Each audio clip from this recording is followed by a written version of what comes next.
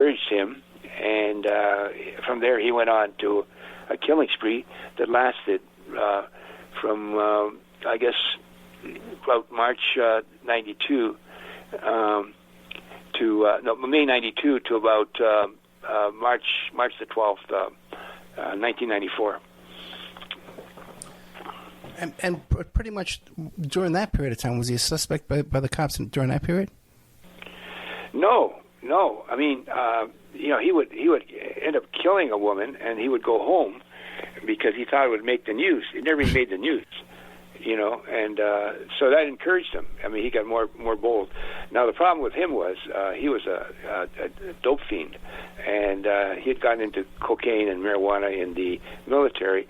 And at this time, crack was spreading across the U.S., right? And it hit Charlotte, and he got into crack. And that, I think, was the real reason for his demise. He got really careless. He was very, very smart. His IQ was a little above average, but he got really smart in terms of being a criminal and hiding his crimes. And he would cover it up, but he got more reckless as his drug habit got worse.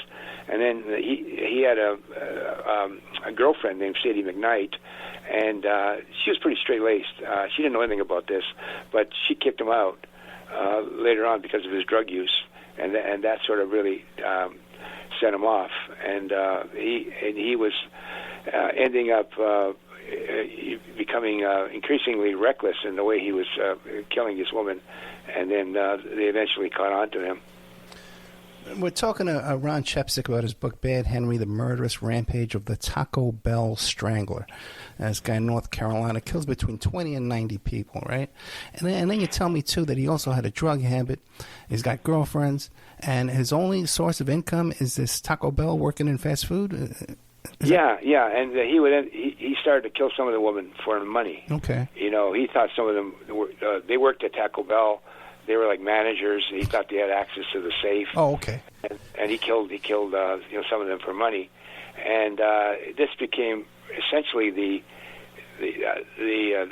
main reason why he ended up killing him. Later on, he was desperate for money, and he would end up killing them. There's only one of the victims I think he killed for the sexual aspect of it. I think it was the first one, Wait a second. Then you told me he did between 20 and 90 murders? No, he didn't do 20. He did 11 that they know of. Oh. Now, he later on, when he was caught and everything, he tried to say that he would reveal some other murders that he committed, if they gave him a sentence, but they never really worked anything out. And I don't think he killed anybody else. I think okay, but 11 everybody. For sure. 11 dead women. Yeah, 11. There's 11 victims. And this is the 11 dead victims to cover up these petty armed robberies? Yeah. Later on, fascinating. He ended up killing a lot of the women for the money. I mean, they had access to the safe at one of those fast food restaurants, or they had an ATM card. He tried to use the ATM card on a couple of them, and they had given him the false number before he murdered them, and he couldn't use them. In fact, that was one of the piece of evidence against him. They had him pegged after he killed Betty Wacom. He went to use her card, and it didn't work. And they noticed they couldn't make out the face of his, but they noticed the earring. It was a distinct earring with a cross, and they noticed later when they picked him up that he had the same earring on that. So that was what the piece of evidence that connected him to the crime of the 11 women that he murdered. All right. So you're saying they saw the earring in the ATM video? Yeah, right. The ATM video on that then.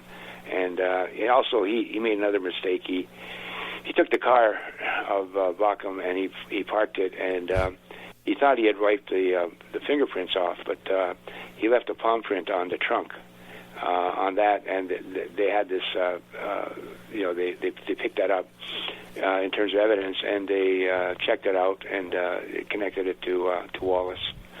And the other piece of evidence too is that they finally wised up, and they asked some of the relatives of the victims, who did the victim know, and they gave him a list of people that they knew who they would let into the house, who felt confident enough to let them into the house, who trusted them.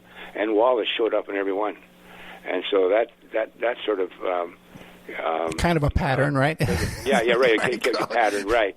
So by then, this was like 94 in March, 94, and they decided to move in, and so that's when they arrested him.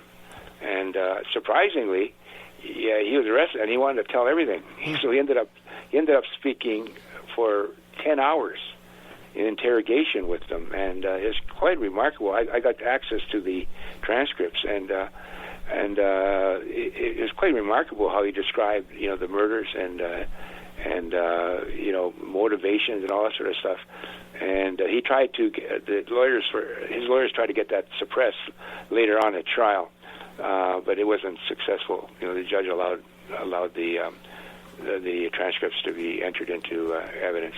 Were you able to put any of those transcripts in the book, Bad Henry, Murderous Rampage? Yeah, I used the for the pattern of the crimes. The pattern of the crimes. It was very useful. And he explained why he did certain things. And his motivation is the psychology of why he committed the crimes. Yeah, it was.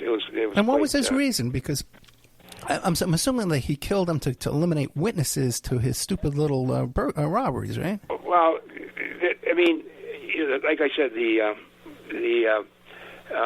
first victim, Carolyn Love, may have been sexual. He said that he was attracted to her in shorts and all that, but everybody else that he murdered, some of them, there was really no clear evidence. He ended up murdering Carolyn Love's girlfriend, Shauna Hawk, and he said he viewed her as a sister, and he ended up raping her and murdering her. He dumped her in the shower, and her boyfriend found her. It's really horrific on that, and it really upset her mother on that sort of stuff. But there really wasn't for a lot of them any clear reason why he decided to kill him. I mean, he would walk into the place, they would let him in, and as soon as he turned her back, he'd jump him, and he had this thing called the Boston choke, a special way of committing strangulation, and then he would knock him out, and then rape them, and then eventually murdering them. Just amazing, because there's plenty of guys out there walking around if they're doing... Well, that's the thing. When I was writing this book, I was saying, God, how many... they say there's 50 serial killers walking around the United States anytime. That's what serial killer experts say. But I'm thinking, God, if they're half as bad as this guy, it must be really frightening, to to be a woman and meeting strangers and all that. I said it would really be upsetting. Now, what about during his confession? Did he give a reason, a motive for doing these murders? No. Just explain how he did it. Yeah. Explain how he did it. Like I said, he said that the first one he was attracted to her. Right. Another one he said he went in there and he needed the money, and he had every intention of killing her. And like I said, he got more reckless as the murders were being committed, because he was an addict. He was high on crack, and his life was falling apart again. His girlfriend had left him. He had given up his apartment. He was essentially almost homeless. Living with friends, and just really didn't. I think he really lost his sense of reality, and wasn't really realizing what he was doing. And when he murdered, he ended up murdering two women in the same apartment. Now, if that isn't going to get the cops in the case, right? What is? Yeah. That sort of stuff. And but he was careful before that. But he was desperate for money, and just ended up killing these these poor girls. Was there any kind of outcry in the city about, hey, listen, all these women are turning up dead and no one's doing anything about it? Well, yeah.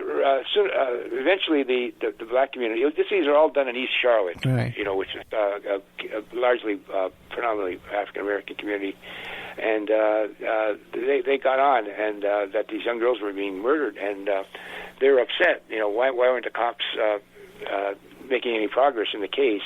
And they started to accuse the cops of racism, that they weren't interested because they were poor black girls, Yeah. They weren't from the right side of town, and all that sort of stuff. And of course the cops defended them. They tried to defend themselves, saying they're overworked, and they didn't have the resources, which was true. Charlotte was really growing at that period. It went from a town of about 400,000 to over 1 million, and everybody was coming there from the north and all that. And the resources of the city didn't keep up with the growth. And but there was so much outcry over the murders that about a year after Wallace was sentenced, they made some reforms.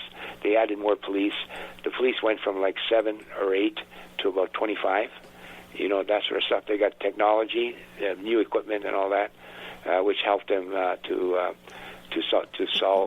investigate and solve crimes. The city of Charlotte, North Carolina, only has 25 cops? No, they had approximately seven cops investigating felonies. Oh, gotcha. Okay. Investigating felonies. Okay. And then they jumped it up, and like I said, there was 119 murders in 129 murders in 1993, and you figure that out, right? You do the math. That's how many each cop is responsible for. I mean, it's an incredible number. And then they tried to, they knew the racial thing. The cops knew the racial thing was a serious problem, so they appointed a black former sergeant, Gary McFadden, to head the investigation. And he was competent, and it was probably the best thing they did in terms of the investigation. But I talked with McFadden, and he acknowledged that he was essentially set up as a fall guy. If something went wrong, they would blame this poor black police officer, for the lack of progress we made in the investigation. So he's sitting in prison now. I'm assuming he got life, right? Well, what happened was it took about 2 years, the trial. It was a sensational trial. The prosecution wanted the death penalty, and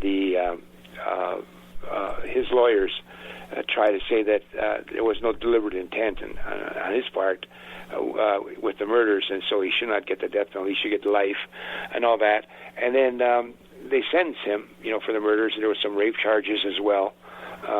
Just a whole slew of crimes, and he was sentenced to death on that. Now, this was back in the mid-'90s, and the death penalty was still in vogue, right?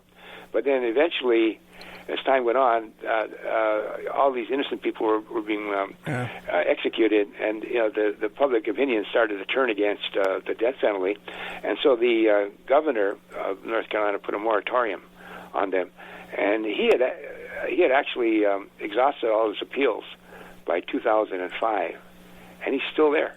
He's still, 18 years later, he's still on death row in Central Prison in Raleigh, North Carolina. Have you had a chance to talk to him?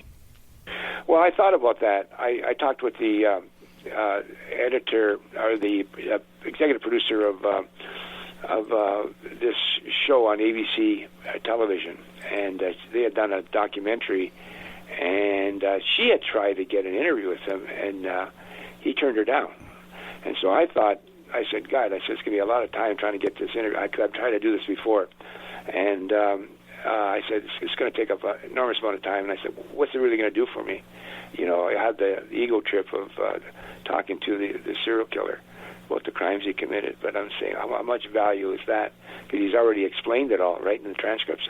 And so I weighed, all that, and I decided that I wasn't going to do it. So I got the book in early, about a month and a half in early. Gotcha. Now, since the book's been out, any word back from Mr.